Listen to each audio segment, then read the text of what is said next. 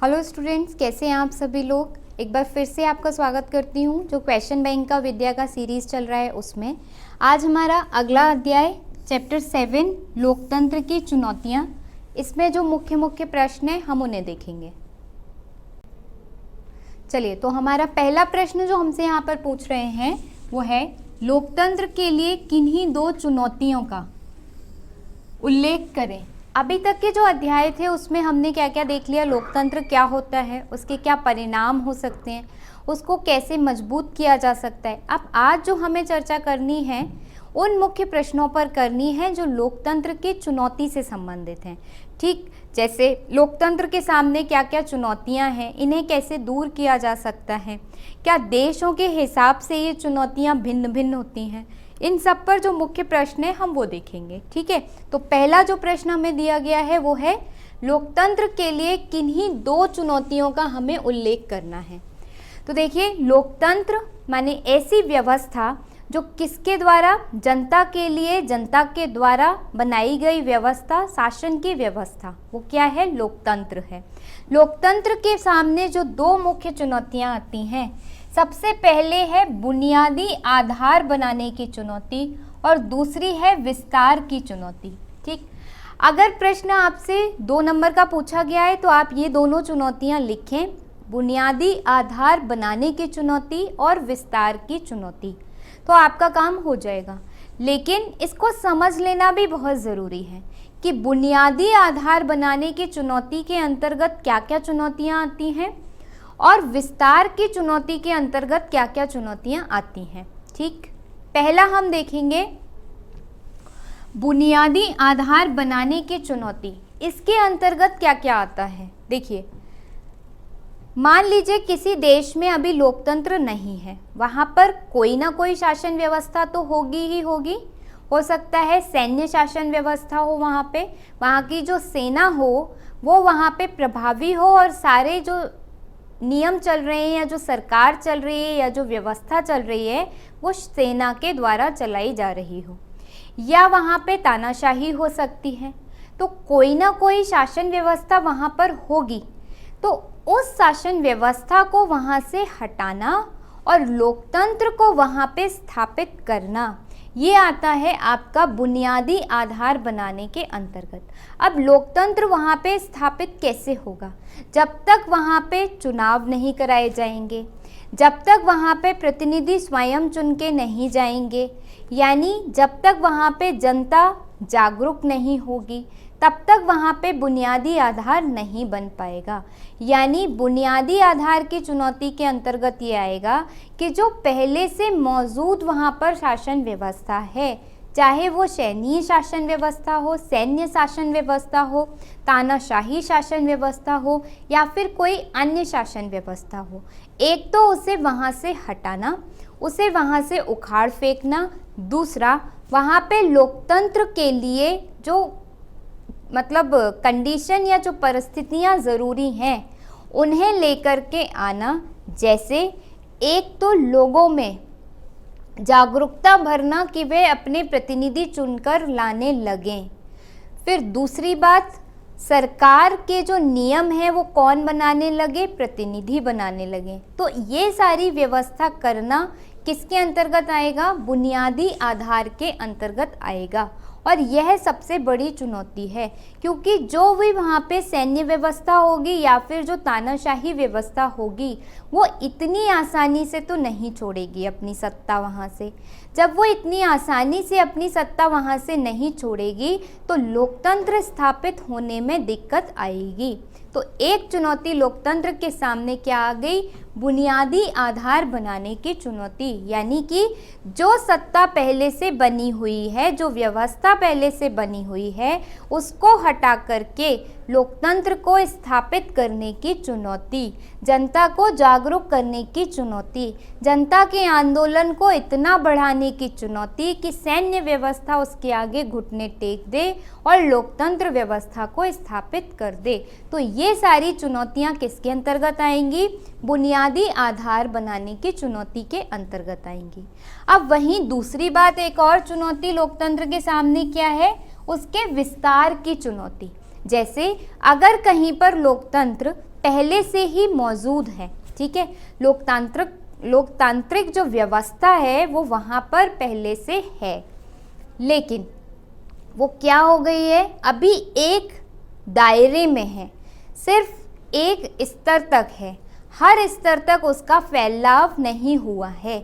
जैसे अगर हम बात करते आज से 1992 से पहले के भारत की, ठीक है, 1992 से पहले के भारत की अगर हम बात करें तो हमारे यहाँ पर केंद्र स्तर पर और राज्य स्तर पर तो लोकतांत्रिक व्यवस्था थी, लेकिन जो हमारे यहाँ निचले स्तर थे, ग्राम पंचायत वाला जो व्यवस्था थी, गाँवों की जो व्यवस्था थी, वो कैसी थी, अभी भी लोकतंत्रात्मक नहीं थी।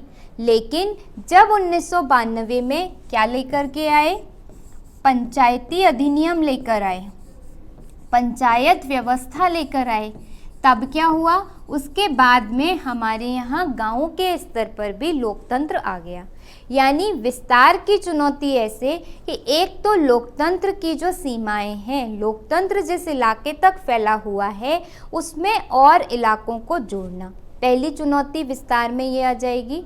दूसरा, लोकतंत्र के विस्तार की चुनौती में एक और आएगा कि जो असमानता फैली हुई है। देखिए, लोकतंत्र किस बारे में बात करता है, लोकतंत्र कहता है कि समाज में समानता होनी चाहिए, जितनी ज़्यादा समानता होगी उतना ही लोकतंत्र अच्छा होगा। तो इसका मतलब हमें समानता को और फैलाने की ज़रूरत है, हमें असमानता को दूर करने की ज़रूरत है। यानी लोकतंत्र का विस्तार कब होगा, जब असमानता दूर होगी। अभी असमानता भारत के 10 राज्यों में तो नहीं है। ठीक, असमानता से यहाँ पे तात्पर्य हर तरीके की असमानता से है, चाहे वह धार्मिक हो, चाहे वह क्षेत्रीय हो, चाहे वह लैंगिक हो। मान लीजिए अभी 10 राज्यों में तो जो लैंगिक असमानता है वे नहीं है। 10 राज्य अब महिला और पुरुष को, लड़का और लड़की को बराबर समझने लगे हैं। 10 राज्यों के जो माता पिता हैं वो बेटी पर भी उतना ही खर्चा करते हैं जितना कि बेटे पर खर्चा करते हैं। तो वहाँ पर क्या आ चुकी है, लैंगिक समानता आ चुकी है। इसका मतलब वहाँ क्या आ चुका है, वहाँ पर लोकतंत्र का विस्तार हो चुका है। लेकिन अभी भी जो 18 राज्य ऐसे हैं जहाँ पर लैंगिक असमानता नहीं है या लैंगिक असमानता पाई जा रही है, वहाँ पर लोकतंत्र का अभी भी क्या नहीं हुआ है, विस्तार नहीं हुआ है। तो यह एक चुनौती है कि वहाँ उन राज्यों के लोगों को ये समझाया जाए कि भैया लैंगिक समानता लेकर के आओ, लड़का लड़की को बराबर समझो, तभी जाकर के क्या आएगी, लोकतंत्र तभी जाकर के विस्तार करेगा, लोकतंत्र का विस्तार हो पाएगा। मतलब कि लोकतंत्र के सामने क्या 2 चुनौतियां हैं। एक तो जो शासन व्यवस्था पहले से मौजूद है, अगर लोकतंत्र के अलावा जो शासन व्यवस्था पहले से मौजूद है उसे उखाड़ फेंकना, उसे हटाना और लोकतंत्र को स्थापित करना, ये एक चुनौती है। दूसरी, जहाँ पर लोकतंत्र स्थापित है लेकिन फिर भी जो लोकतांत्रिक सिद्धांत के जो कारक हैं, ठीक, जो लोकतांत्रिक सिद्धांत की विशेषताएं हैं, जैसे कि समानता, जैसे कि भागीदारी, इनको अभी भी एक स्तर तक ही सीमित हैं, ये हर स्तर तक नहीं पहुंची हैं, एक क्षेत्र तक ही सीमित हैं, हर क्षेत्र तक नहीं पहुंची हैं। तो उनको हर क्षेत्र तक पहुंचाना, उनमें विस्तार करना, ये दूसरी चुनौती है। तो आप इन दोनों में अंतर कर पा रहे हैं। एक तो जो पहले से व्यवस्था है उसको उखाड़ फेंक के लोकतंत्र को स्थापित करना, सबसे बड़ी चुनौती तो ये है, यानी बुनियादी आधार की चुनौती। दूसरी, जहाँ पे लोकतंत्र आ गया है लेकिन फिर भी उसके सिद्धांत, जो लोकतंत्र के सिद्धांत हैं वह हर स्तर तक नहीं पहुँचे हैं, उन्हें हर स्तर तक पहुँचाना, ये उसके विस्तार की चुनौती है। यानी लोकतंत्र को पूरे देश में फैलाने की ये भी एक बड़ी चुनौती है। ठीक है, समझ में आ गया होगा विस्तार की चुनौती के अंतर्गत क्या आता है और बुनियादी आधार की चुनौती के अंतर्गत क्या आता है। ठीक है, चलिए आगे चलते हैं अगले प्रश्न पर। अगले प्रश्न हमसे पूछा गया है कि सूचना का अधिकार कानून क्या है, ये पूछा गया है। कि सूचना का अधिकार कानून क्या है। नाम से ही पता चल रहा है, सूचना का अधिकार यानी सूचना को प्राप्त करने का अधिकार। जब नागरिकों के पास में ऐसा अधिकार हो कि वह सरकार के किसी भी क्रियाकलाप की सूचना ले सकें, सरकार ने जो भी कार्य किए हैं, सरकार ने जो भी नियम बनाए हैं, जो भी परियोजनाएं चलाई हैं, जिस भी परियोजना पे जितना भी पैसा खर्च किया है, उसके बारे में जानकारी हासिल कर सके, उसके बारे में सूचना हासिल कर सके, तो ये क्या कहलाता है? सूचना का अधिकार कहलाता है। और ये 2005 में आया था भारत में। भारत में सूचना का अधिकार जो कानून है ये 2005 में आया था। और अब आप भी अगर कोई भी जानकारी लेना चाहते हैं कि भाई कोविड के दौरान या कोरोना के दौरान उत्तर प्रदेश सरकार ने कितना राशन आवंटित किया या गाँवों को कितना राशन बांटा, तो आप बस साधारण एक आप पेज लीजिए, उस पर अपने प्रश्न लिखिए और सूचना का जो विभाग है, सूचना विभाग है उसमें मतलब उसके नाम पर ये जो आपका पत्र है इसको भेज दीजिए। तो आपको वहाँ से क्या आएगा? जवाब आ जाएगा कि हाँ भाई योगी सरकार ने कोरोना के दौरान राशन पर इतना इतना पैसा खर्च किया। ठीक, यानी हर नागरिक के पास में अब ये अधिकार है कि वह सरकार की किसी भी गतिविधि का ब्यौरा ले सकती है, सूचना इकट्ठी कर सकती है, सूचना ले सकती है। ठीक, सूचना का अधिकार कानून लोगों को जानकार बनाने और लोकतंत्र के रखवाले के तौर पर सक्रिय करने का एक अच्छा उदाहरण है। और जो सूचना का अधिकार है इससे क्या होता है? अब मान लीजिए मैंने एक पत्र लिखा सूचना विभाग को और जाना कि भाई आप ये बताइए, मैं ये जानना चाहती हूँ कि जो योगी सरकार है उसने कोरोना के दौरान कितने रुपए आवंटित किए, मान लीजिए खाद्य के लिए या अनाज के लिए कितने रुपए आवंटित कीजिए, कृपया मुझे यह बताने का कष्ट करें। अब उनकी तरफ से जवाब आ गया और उन्होंने कहा कि भाई मान लीजिए 20 करोड़ रुपए जो थे वो योगी सरकार ने, या मान लीजिए 2 करोड़ रुपए जो थे वो योगी सरकार ने खत्म किए। ठीक है, तो अब मेरे पास क्या आ गई? एक जानकारी आ गई। तो जानकारी आने से क्या होता है? जागरूकता आती है।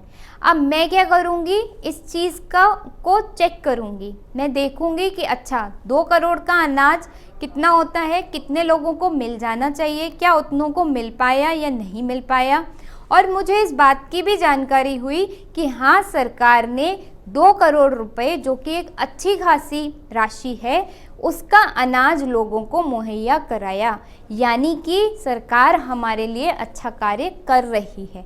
कोरोना के दौरान सरकार ने हमारे लिए अच्छा कार्य किया है। तो उससे क्या हुआ? एक तो मेरी जागरूकता बढ़ी। जब जागरूकता बढ़ी तो अब मैं प्रतिनिधि का चुनाव सही रूप में करूँगी। अगले जब इलेक्शन आएंगे तो मेरे दिमाग में ये बात हमेशा रहेगी कि भाई योगी सरकार ने कोरोना के समय पर इतना पैसा दिया था, इतने पैसों का अनाज दिया था, यानी उसने लोगों की भूख की चिंता की थी। तो इसलिए ये अच्छे लोग हैं, ये प्रतिनिधि अच्छा है, जनता की भलाई के लिए काम करता है, तो इसीलिए मैं अगले चुनाव में इन्हें ही मत दूंगी। तो इस तरीके से क्या होता है, हमारी जागरूकता बढ़ती है, हम सही प्रतिनिधि चुनकर लेकर आते हैं फिर, और लोकतंत्र क्या होता है? मजबूत बनता है। तो यही यहाँ पर बताया गया है कि लोकतंत्र के रखवाले के तौर पर सक्रिय करने का यह एक अच्छा उदाहरण है। यानी सूचना के अधिकार से पारदर्शिता आती है और पारदर्शिता से लोग जागरूक होते हैं, और जागरूक जब लोग होते हैं तो वे सही प्रतिनिधि को चुनकर लाते हैं। जब वे सही प्रतिनिधि को चुनकर लाते हैं तो लोकतंत्र मजबूत होता है। क्यों? क्योंकि सही प्रतिनिधि जनता की भलाई का काम करता है और इसीलिए लोकतंत्र मजबूत होता है। समझ में आई बात? ठीक है, चलिए आगे चलते हैं अगले प्रश्न पर। अगला प्रश्न हमसे पूछा गया है कि विधिक संवैधानिक बदलावों को लाने मात्र से ही लोकतंत्र की चुनौतियों का हल नहीं किया जा सकता। यह एक बात हमसे कही गई है, एक वाक्य हमें दिया गया है कि विधिक संवैधानिक बदलावों को लाने मात्र से ही लोकतंत्र की चुनौतियों का हल नहीं किया जा सकता। यानी हम संविधान में बदलाव लाते जाएं, हमें समय समय पर संविधान को हम परिवर्तित करते जाएं, बदलाव लाते जाएं, तो सिर्फ उसी से ही लोकतंत्र की चुनौती हल नहीं हो जाएगी। कौन सी चुनौतियां लोकतंत्र की? असमानता को दूर करने की चुनौती, समानता लाने की चुनौती, अल्पसंख्यकों के हितों को साधने की चुनौती, अल्पसंख्यकों को समान भागीदारी दिलाने की चुनौती। ये सब क्या है? लोकतंत्र की चुनौतियां हैं। मौलिक अधिकारों के हनन को रोकने की चुनौती, ये क्या है? लोकतंत्र की चुनौती है। तो ये कह रहे हैं कि आप विधिक संवैधानिक बदलाव लाते जाइए, सिर्फ उससे ही लोकतंत्र की चुनौतियों का हल नहीं होगा। उदाहरण सहित इस कथन की हमें न्याय संगत पुष्टि करनी है, यानी हमें बताना है कि क्या ये जो कथन कहा गया है ये सही है या नहीं है। अगर नहीं सही है तो क्यों नहीं सही है, ठीक है। तो इस पर हमें एक टिप्पणी जैसी आप कह सकते हैं वो लिखनी है उदाहरण के साथ में। चलिए देखते हैं कि इनकी बात ठीक है या नहीं। देखिए, कानून बनाकर राजनीति को सुधारने की बात सोचना बहुत लुभावना लग सकता है, बहुत अच्छा लग सकता है, बहुत लुभावना लग सकता है, किंतु नए कानून सारी अवांछित चीज़ें खत्म कर देंगे, यह सोच लेना भले ही सुखद हो, लेकिन इस लालच पर लगाम लगाना ही बेहतर है। देखिए, क्या कहा गया था कि हम संवैधानिक बदलाव लाएं तो हम लोकतंत्र की चुनौतियों को दूर नहीं कर सकते, हमें कुछ और भी करने की ज़रूरत है। कैसे? देखिए, जो दलित वर्ग है उनके साथ में भेदभाव होता है। लोकतंत्र क्या कहता है? किसी के साथ में कोई भेदभाव ना हो, सब समान हो। लेकिन आज भी हम क्या देखते हैं कि अभी भी हमारे देश के बहुत सारे इलाके ऐसे हैं जहाँ पे दलितों के साथ में भेदभाव होता है। यानी कि लोकतंत्र की चुनौती क्या है? इस भेदभाव को खत्म करना। जब तक ये भेदभाव बना हुआ है तब तक हम ये कहेंगे कि सही मायने में लोकतंत्र स्थापित नहीं है। सीधी सी बात है। इसका मतलब कि लोकतंत्र की चुनौती क्या है कि ये जो दलितों के साथ में कुछ जगह पर भेदभाव होता है, इसको खत्म करना लोकतंत्र की चुनौती है। अब इस चुनौती को दूर करने के लिए क्या करें? संवैधानिक बदलाव। मतलब हम क्या लेकर के आ गए? एक कानून लेकर के आ गए। सरकार ने क्या किया? संसद में एक कानून पास कर दिया, कानून पास कर दिया, कानून को लागू भी कर दिया। लेकिन जब तक लोग सही तरीके से व्यवहारिक रूप से उस कानून का पालन नहीं करेंगे, क्या तब तक दलितों के साथ होने वाला जो ये भेदभाव है वह खत्म होगा? नहीं होगा। दूसरा उदाहरण देती हूँ। हमारे यहाँ पर बाल विवाह को लेकर के, दहेज प्रथा को लेकर के बहुत सारे कानून हैं। हमने संविधान में बदलाव तो किया, हम कानून तो लेकर के आए हैं, दहेज के विरुद्ध कानून लाए हैं, बाल विवाह के विरुद्ध कानून लाए हैं। लेकिन क्या आज बाल विवाह बंद हो गया पूरी तरीके से? क्या दहेज लेना आज पूरी तरीके से बंद हो गया? उस पर दंड भी है। कोई दहेज लेता है तो दंड भी है, बाल विवाह कराता है तो भी दंड है, सजा है, कारावास दिया जाता है, पेनल्टी भी भरनी पड़ती है। लेकिन क्या ये जो कुप्रथाएं हैं ये बंद हो गई हैं? नहीं हुई हैं। जब ये कुप्रथाएं बंद नहीं हुई हैं, इसका मतलब लोगों के साथ में, महिलाओं के साथ में क्या हो रहा है?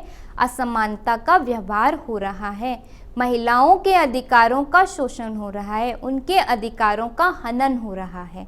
तो लोकतंत्र सही मायने में क्या स्थापित है? नहीं। यानी लोकतंत्र के विस्तार की अभी हमारे सामने चुनौती है। तो इस चीज़ को ठीक कैसे किया जाए? कानून बनाने से तो कुछ नहीं हुआ, कानून बनाने से तो लोकतंत्र स्थापित नहीं हुआ। लोकतंत्र कब स्थापित होगा? जब हर पुत्री का विवाह करने वाला जो पिता है या वो पार्टी जो अपने बेटे की शादी कर रही है वो ये सोच ले, या जब तक वह इस बात को अच्छे से ना समझ ले कि दहेज लेना एक कानूनन अपराध है, दहेज एक बुरी चीज़ है, तब तक चाहे आप लाख कानून बना लीजिए, आप इस प्रथा को नहीं रोक पाते, और अभी रुकी भी नहीं है। बहुत सारे इलाकों में अभी भी ये चल रही है। तो यहाँ पर वही कहना चाह रहे हैं कि सिर्फ विधिक संवैधानिक बदलाव कर लेंगे तो लोकतंत्र स्थापित नहीं होगा। लोकतंत्र तब स्थापित होगा जब जो नागरिक हैं, प्रत्येक नागरिक अपनी सोच में बदलाव लाएगा, प्रत्येक नागरिक इतना जागरूक होगा कि वो समझ सके कि लोकतंत्र के लिए ज़रूरी जो परिस्थितियां हैं वे क्या हैं और लोकतंत्र का हमारे जीवन में क्या महत्व है। जब तक वो ये नहीं समझेगा तब तक आप लाख कानून ले आइए, महिला के लिए कानून ले आइए, दहेज का कानून ले आइए, कन्या भ्रूण हत्या का कानून ले आइए, तब तक ये सारी चीज़ें नहीं रुकने वाली और लोकतंत्र के सामने असमानता की, भेदभाव की जो चुनौती है वो बनी रहने वाली है। ठीक है, यही बात यहाँ पर कही गई है। निश्चित रूप में सुधारों के मामले में कानून की एक महत्वपूर्ण भूमिका है। कानून की भूमिका है, कानून एक डर तो पैदा करता है, लेकिन हर वर्ग या हर व्यक्ति उससे सीख लेगा और जो बुरी चीज़ें हैं वह करना छोड़ेगा कानून से, ये ज़रूरी नहीं है। ठीक है, सावधानी से बनाए गए कानून गलत राजनीतिक आचरणों को हतोत्साहित और अच्छे कामकाज को प्रोत्साहित करेंगे। बिल्कुल सही बात है। आपने जो दहेज का कानून बनाया है, ऐसा नहीं है कि उससे दहेज के जो मामले हैं वो कम नहीं हुए होंगे, उससे दहेज के मामले कम हुए हैं। बाल विवाह का कानून जो बना उससे बाल विवाह के जो केस हैं वो कम तो हुए हैं निश्चित तौर पर। पहले पूरे देश में होता था, अब वह कुछ राज्य में ही होता है, यानी कि फ़र्क तो पड़ा है।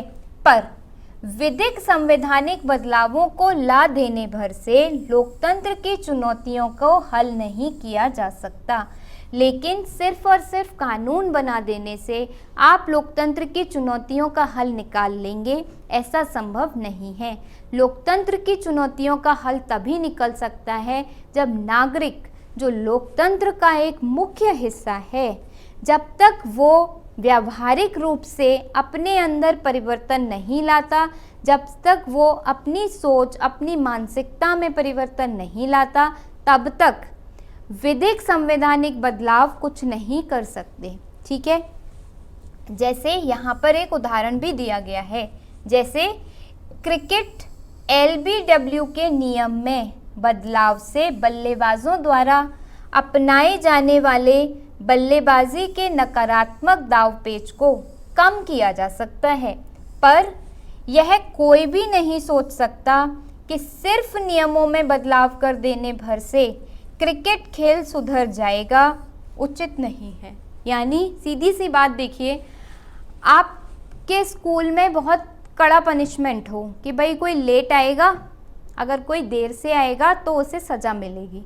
ठीक है, तो आप में से कुछ लोग ऐसे होंगे जो देर से नहीं पहुंचेंगे क्योंकि उन्हें सज़ा से हो सकता है डर लगे। ऐसा कानून बना दें अगर आपके प्रधानाचार्य कि कल से अगर देर से आओगे तो फिर आपको कक्षा में प्रवेश नहीं मिलेगा। तो कुछ बच्चे ऐसे होंगे जिन्हें कानून से डर लग जाएगा, या जो ज़्यादा अपनी पढ़ाई को लेकर के चिंतित होंगे वो लेट नहीं जाएंगे, समय पर जाएंगे। लेकिन कुछ बच्चे ऐसे भी होंगे जो क्या सोचेंगे, कोई बात नहीं हम तो लेट ही जाएंगे, फिर भी वो लेट आएंगे। यानी कानून उनमें परिवर्तन नहीं ला पाया, कानून का क्या कर रहे हैं वो लोग, उल्लंघन कर रहे हैं।